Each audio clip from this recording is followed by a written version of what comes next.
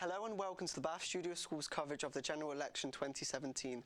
My name is Albie Krolikowski. And my name is Ewan Barnett. Today we have Ben Hallett, the Conservative candidate for Bath. Let's get on to our first question. There have been many reports that say education funding in schools is in crisis. What's your view on this, bearing in mind you're a school governor? Sure. Well, first of all, may I just say thank you very much for organising today, and congratulations for putting this on too. But yes, you're quite right. As a school governor, this is a issue that's incredibly important to myself, in that Bath Studio School was one of those schools which potentially could have ended up losing out under the national funding formula. So what I've done is go to the Secretary of State for Education, Justine Greening, and said to her, we need to make sure that no school loses out in real cash terms. And as a result of the manifesto that the Conservative Party has put forward for this election, we've put in £4 billion additional so that every year under the next Parliament we will see no school at all lose out in real cash terms, which will be important. I will continue to fight for school funding across Bath. What about the cuts on the free school meals in schools? Sure. So currently under free school meals, we have universal free school lunches, but not universal breakfasts. And actually, based on the evidence, it shows that if we reorientate this free school lunches to having universal breakfasts, children's performances at school, particularly at primary school in the mornings, improve. But also, I have to say, on a progressive basis, I don't see why funding should be kept for middle-class parents who can afford their children to go to school to have a free school lunch, whilst children from poorer families don't end up receiving a breakfast. So I think we need a much greater sense of redistribution within the system to help people who can't afford to have a breakfast or a lunch to be the first and top priority, and that's obviously what we've set out, and this is something that we've been looking at now for about 5 years. Okay, thank you. Many children have mental health issues, and the thresholds been seen by professionals are very high, resulting in many children not getting the support they need when they need it. How will your party address the issue that is going on with the rising mental health issues among young people? Sure. I mean, mental health is one of those issues which we need to all, whichever political party, break down the stigma on as well. And I've been in Parliament speaking upon my own mental health issues in the past as well. And to get more people out there to explain the fact that mental health is something that we shouldn't shy away from is really important. And actually, I'm really glad you've mentioned this issue. We are going to repeal the Mental Health Act because the Mental Health Act is not working at the moment, in particular for legislation. What we want to see it being replaced with is a piece of legislation which actually works, and that's something that we are committed to in the next Parliament. But also it requires funding to do that as well, and for schools as well. Issues like personal health and sexual and relationship education is something that we've prioritised in the last 2 years, and it's a campaign that I've worked with the government on. I'd like to see mental health be talked about an awful lot more in the classroom, and as a part of the new relationship education, we should really see mental health being prioritised as a part of that too. Thank you. The Prime Minister has stated that there is no magic money tree for pay rises in the public sector. This includes nurses, doctors, police, ambulance teachers. How would your party seek to value our public sector in the future, given the word wonderful job as they do demonstrated in the London-Manchester attack? The public sector do an amazing job. I used to work with the NHS, and obviously being a school governor here as well, and I know how hard teachers work, and they work above and beyond in many ways, people who work in the private sector as well.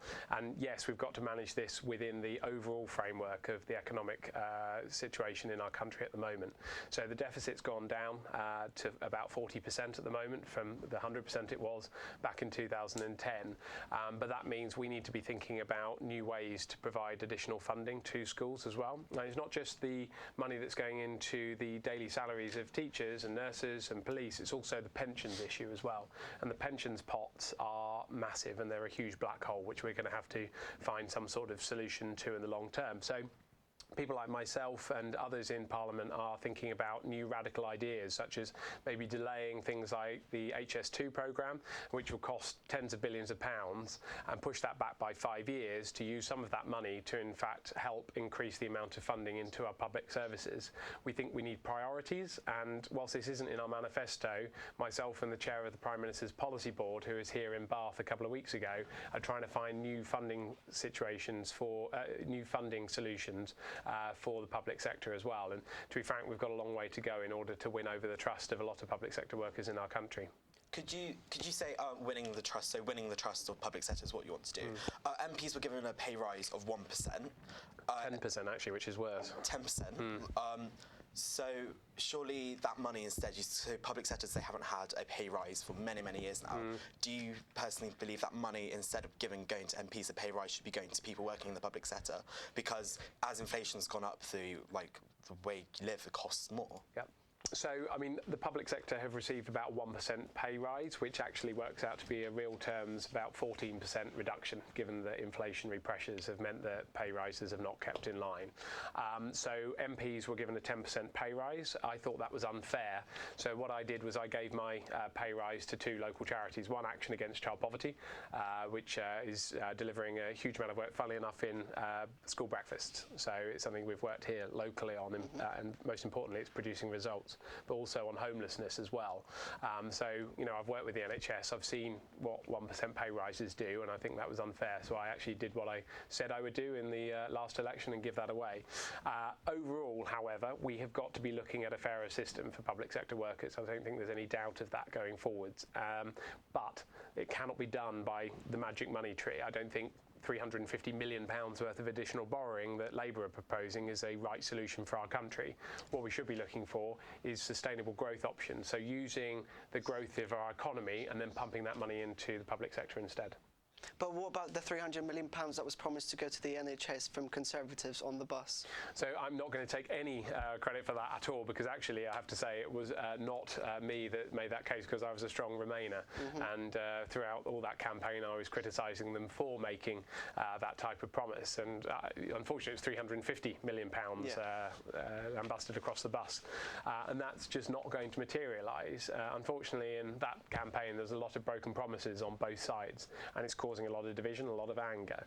But, you know, we've got a choice at this election. Is it going to be the strong economy and the growth that's predicted underneath the Conservative government, and we've got a proven track record of delivering that, or is it going to be the potential risky, put everything on the credit card? And we're not just talking about our credit cards, we're talking about national credit cards, and going to a situation which Greece has ended up receiving, which is a crash and burn economy paid for by the credit card on other people's debt. I just don't think that's sustainable for our generation, your generation in particular, by the way, your children's generation, because that's where it's really going to hit.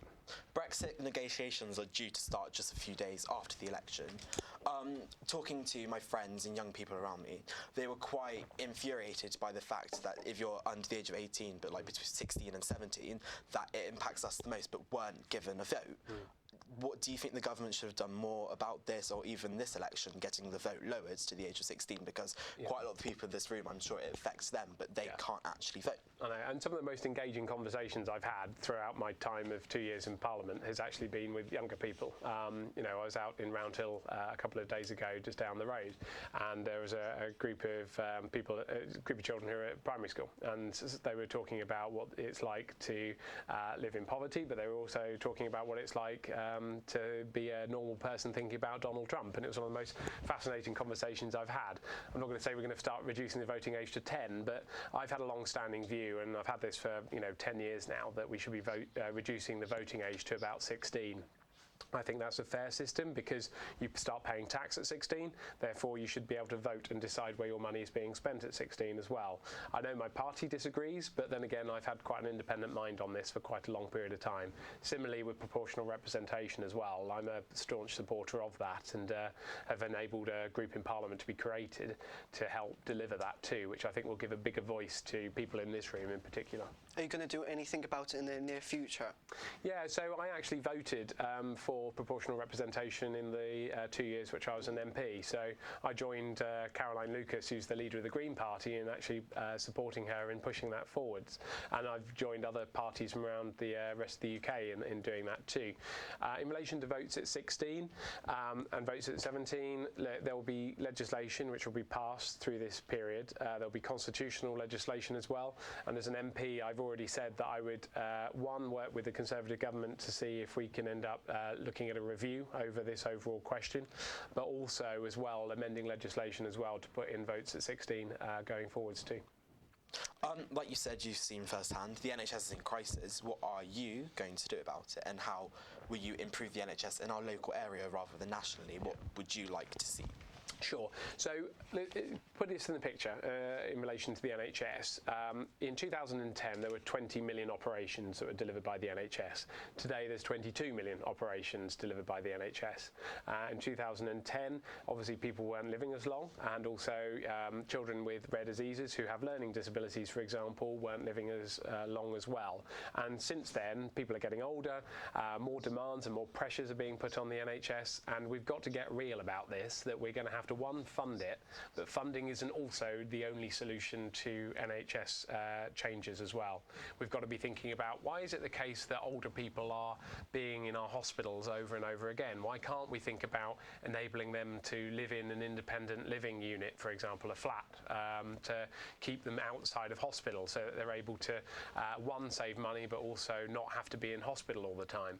We've also got to be thinking about integrating housing into health and social care as well. But the long and short of it is, unless we get this right, everyone in this room is probably going to end up having to live until they're about 80, going to have to work until they're into their 80s if we don't solve this situation. So what we've put forwards is a radical change towards social care, which is to say that yes, people who are your parents or grandparents will be able to keep £100,000 worth of their home and their asset, but at the same time, instead of the tax burdens being passed on to everyone in this room, we are going to have to ask people who are older, who have bigger houses, to actually use some of that money in order to pay for their social care going forwards, and that's the way that we're going to have to fund social care for. Do you think? So Bath itself has seen quite a lot of its private sector being sold to Virgin. Do you think the way to solve it is privatisation? No, I don't, and I'm a firm believer in free at the point of delivery NHS care. I think that's a fundamental principle we want to continue on with. However, I mean, One Virgin Care, by the way, is a social enterprise, so it's a charity, so it's a not-for-profit. So that's one key thing about Virgin, which is different to what people potentially might see, is also the fact that we should be thinking about our healthcare services in the long term, not just in terms of how much money it's going to cost, but also whoever you go to, is it a good quality service? Are you going to live longer as a result? And are you going to see the best value for money? And I think the NHS should be an umbrella for a range of different organisations and a range of different services under it. Like any other type of major sort of organisation, the NHS needs to be thought about in a much more holistic way than it currently is. And that requires a huge amount of cultural change within our society, because people are very wedded to the fact that you will go into your local hospital and also receive the best quality care. Well, actually, the best quality of care might not be from your local hospital, and we might have to change the way we think about NHS services going forward. The Prime Minister has said enough is enough and our tolerance levels for extremists must be challenged. What's your views on given the Prime Minister was Home Secretary for 6 years? Well, on a personal level, I was in the House of Commons when one of the terrorist incidents happened. So I was on lockdown for 7 hours whilst one of our police officers got murdered as the terrorists tried to get in. So it does sort of bring a bit of a personal issue with myself. Look, we aren't going to solve this by just thinking about this in resources terms. We're just not. There is a cultural problem within our society. There's a cultural problem within our global society as well. We're not going to solve this just by having boots on the ground, the police on the streets, because quite a lot of the issues in relation to extremism is happening online now as well. I mean, this is a studio school, it specialises in creative industries. You know, you've got a huge amount of access to the dark web across the entirety of the internet. We've got to be doing more to make sure that you guys are educated about the potential risks, about what is going on the internet on one side, but also I think as well the internet search providers have got to take a lot of responsibility now going forward not to provide the materials there in the first place. And I have to say, the internet is not a library. It is there to be a guide. It's there to be used properly. It's got its good values, it's got its bad values, and we've got to make sure that you guys have also got some intel about how to handle that in the most appropriate way. But how do you feel like cutting 20,000 police officers within a couple of years is going to help this? So 20,000 police officers is a number that's been bandied around quite a lot during this election campaign, and interestingly interestingly, one thing that hasn't been banded around during the election campaign is the fact that under one of the budgets which I was at, we protected the frontline policing budget as well. So that's something that George Osborne decided to do as Chancellor, and I think that's very welcome. And we're also, by the way, investing in other areas of the intelligence agencies. Multi-million pound investments are going into GCHQ over at Cheltenham, which isn't too far away, looking into some of the intelligence that's being dealt with, but also we're working with our allies around the world to take out Raqqa, which is the main base for ISIS, which is literally pumping out millions of tweets a day out to the wider world to tell people to go and help out with the jihadis over in Syria as well. So we've got to be nipping it in the bud internationally, but also investing locally and nationally in order to protect our citizens here. And I can't think of anyone better to do that than the Prime Minister compared with what Jeremy Corbyn's offering. So are you saying then, rather than police on the ground in person, you think how the main way to tackle terrorism now is cyber? Yeah, I think the main way we're moving into this world now is actually a cyber type of crime. Yes, I think neighbourhood policing and a visible frontline presence is important, but you know, the amount of crime that's now moving online, and everyone in this room would have ended up receiving an email or two saying, you know, give me £60,000, your mate's locked up somewhere in a place out in Africa. You know, these are the ways that crime is moving now, and we've got to be investing much more in terms of the real types of crime, not on the crime that might be quite small but more visible at a local level, and that's going to be quite a tough sell, I think, as people move into a much more digital age. But do you believe that investing money is the only way you can help with terrorism? No, and that's why I said earlier on, I think it's also about creating a sense of resilience. So, you know, you're learning about British values in school at the moment, and that's something that's changed since we came into government, so that you're a lot more resilient, you're able to understand what's right and what's wrong. There are, you know, Trojan horse schools, for example, in other areas around the country which aren't providing that sort of information freely to some of their pupils, and we need to be giving you much more teaching and understanding about resilience, about how to control and how to understand what is right and what's wrong when you are in a space. And by the way, that also has a massive impact in relation to mental health as well, which are all very integrated together. So it isn't just about investment, it's also about being quite clever about tackling extremism in our society too. Thank you.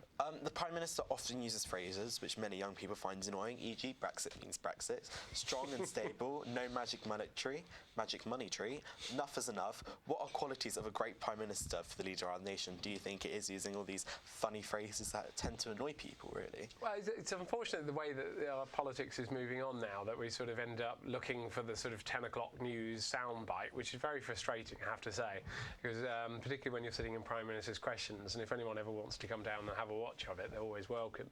But they're looking for the sort of soundbite. And that has happened for decades and more, ever since I've been involved in politics. It's very annoying. What I like to see, however, is an awful lot more substance. And I think the benefit about this Prime Minister, compared with other Prime Ministers, whether or not that's Labour, Liberal Democrat, Conservative, whatever else, or Deputy Prime Minister, I should say, is the fact that she genuinely is trying to transform society, in that she is trying to stand up for people that haven't had a voice in society for a very long period of time. You know, I will go on to housing estates in Bath, and people will say, for the first time ever, I've got someone that actually understands what my life is like and how difficult it is. And the way that we can use a bigger majority, and I hope it will be a bigger majority, is that we can not lose the opportunity to radically transform the way that we look at ourselves and our society as well. And I think the Prime Minister's got a very good message in doing that too. So you're personally here today to run for Conservative candidate for Bath, to be Bath's MP. Yeah. What are the main things you would like to, if you get elected, what would you like to do for Bath? Changes, improvements, etc., etc. So I was elected, and you were here, so you remember what I was saying a few years ago, that I wanted to deliver my 6-point plan for Bath. So that's whether I was building more affordable homes, getting on and dealing with the transport system, building the primary schools we need, or delivering the jobs we need for our local community. And you know, in progress report terms, you know, the A36 46 Link Road is back on the cards again, and the Prime Minister's got the support of that too. We've also got the fastest rate of house building in Bath and North East Somerset's history. Just in these 2 years, 2 new primary schools being built. We've got 9,000 new jobs, creative industry jobs coming into the city centre. I mean, for you guys here at this school, you know, ultimately there's jobs here being delivered in the city for the first time ever. You know, that's what I've managed to do in the last 2 years. I need longer in order to carry on some of that. But given the national context and probably the international context, look, we're going to have to make some pretty tough decisions, and we need an economic growth rate which will actually enable that to happen. Because I don't want you guys having to struggle trying to find a job when we've got full employment at the moment, and the risk under Labour is, of course, you'll end up with low unemployment. As you may know, I'm Polish and I'm an immigrant to the country, but your party has not given me or any other immigrants assurance that we won't have to go back to our countries. So we have already said that this will be one of the first things, and you said earlier on, 11 days after the referendum, after the general election, the negotiations will begin. One of the first things that will be negotiated is EU nationals' rights, as well as British citizens' rights overseas as well. There's an agreement from the European Union that will be the case. There's an agreement here from the Prime Minister that will be the case as well. And what we've got to do is go through formal negotiations in order to deliver that. I don't see there being any changes, to be completely honest with you, but we have to go through the formal process to do that. And whilst that's going on, it's about making sure that we say loud and clear that Britain is open. We love to have EU nationals coming into the UK, and I think they make a huge contribution, not just economically, but also particularly socially as well, and to our communities. You know, everyone from Poland, everyone from Hungary, I know everyone from France and Germany. I want to still see them coming here into the UK, and they have to be here in the long term too, and I will do everything I can to make sure that continues on in the future too. Thank you. It's increasingly hard for young people to get on the property ladder. Rents are really high, 0-hour contracts are the norm, job security weak, saddled with enormous graduate debt, Brexit uncertainty, benefit cuts. Do politicians really care about young people in Bath? I was going to say, and any positives out of that at all? Look, yes, I mean, I would like to classify myself still as a young person, aged 30. I don't know if that's true or not, you can tell me. But look, ultimately we've got to be doing more in order to help represent young people. And I think the most important thing for young people across the entirety of the city, even those that consider themselves to be young, aged 30, is to go out and vote. And to actually go out and vote and make your voices clear is probably the most important thing, because if you don't go out and vote, you don't have a voice, and ultimately I always say you can't complain as well. So do go out and vote. The other thing in relation to house building, you bring up one point there, look, we've got the fastest rate of house building in Bath and North East Somerset's history. Is it the job done? No way. We've got a long way to go. You asked about, you know, what does it mean for young people when they leave school? Well, it's not just about the apprenticeships or the T levels which we're introducing, or ultimately you're having a good opportunity to go to university. It's also about saying, is there a job at the end of it? Now, I want to see you guys get into a situation where you're not at 8% unemployment levels. We're currently well down at almost full employment here in the UK. If we have full employment, which we are committing to, then you will have a job. There's no doubt about that. You won't end up on a minimum wage job like myself as soon as you've left university. You'll be able to get into employment and have a really successful career, and that's what you get under the Conservatives in government. Thank you very much for joining us at the Bath Studio School. Thank you very much. Thank you.